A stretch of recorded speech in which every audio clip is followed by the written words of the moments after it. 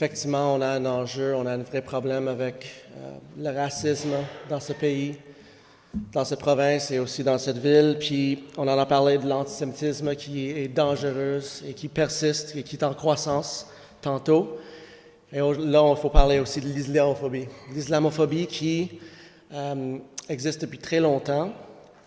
Et quand on parle de l'islamophobie, il faut aussi parler de racisme anti-arabe et racisme anti-palestinien, qu'on a vécu également beaucoup au Canada, parce que tout comme l'antisémitisme, l'islamophobie, le racisme anti-arabe, le racisme anti-palestinien est en forte croissance, malheureusement.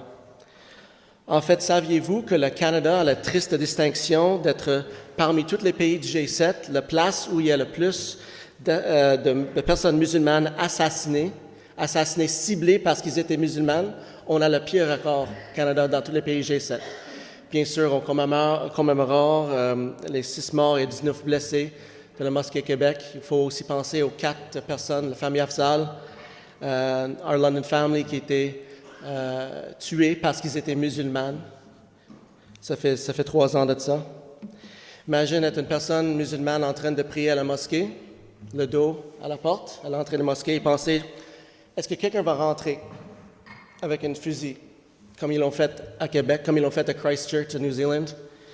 Il y a plein de personnes musulmanes, quand tu les parles, ils ont encore vraiment peur d'être en public aussi et d'être affichés musulmanes, parce qu'ils sentent ce racisme et cette islamophobie qui continue aujourd'hui.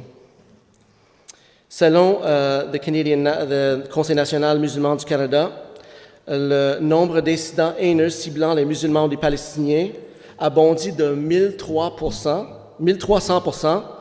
dans le dernier trimestre 2023. 1300%.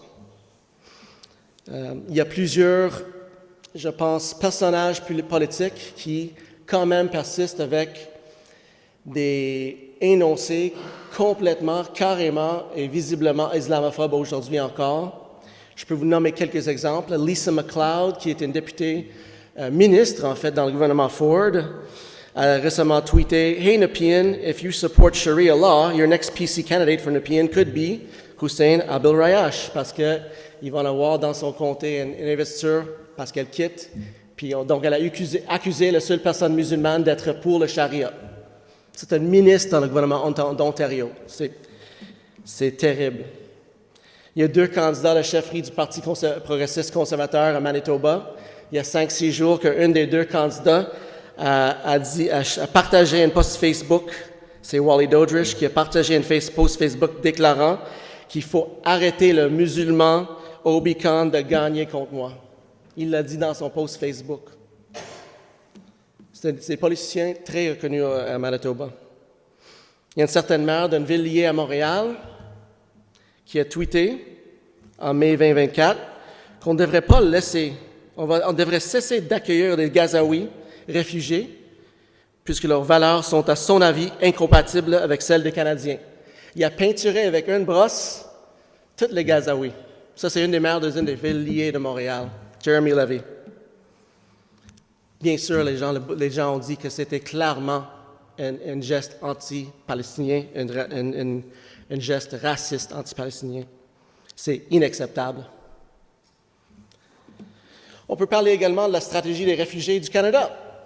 Pour les Ukrainiens, et je suis pour d'ailleurs, il n'y en a pas eu une limite de nombre d'Ukrainiens qu'on a invités de venir au Canada. On a accepté près de 300 000, j'en suis fier. J'en rencontre plein de ces personnes ukrainiennes. Mais le même gouvernement a mis une limite sur le nombre de Gazaouis qu'on allait accepter au Canada. La limite était 1000. 300 000 Ukrainiens, 1000 Gazaouis. Finalement, il a accepté de hausser la limite à 5 000. Mais il n'y a pas eu de limite pour les Ukrainiens. Il faut se poser des questions. Il faut se poser des questions par rapport à ça. Notre premier ministre a récemment dit qu'il voulait bannir la prière en public. Il faut se poser des questions. Est-ce que c'est les gens qui vont aller à l'oratoire Saint-Joseph qui prient en montant les manches? Et c'est ça qui dérange, M. Legault?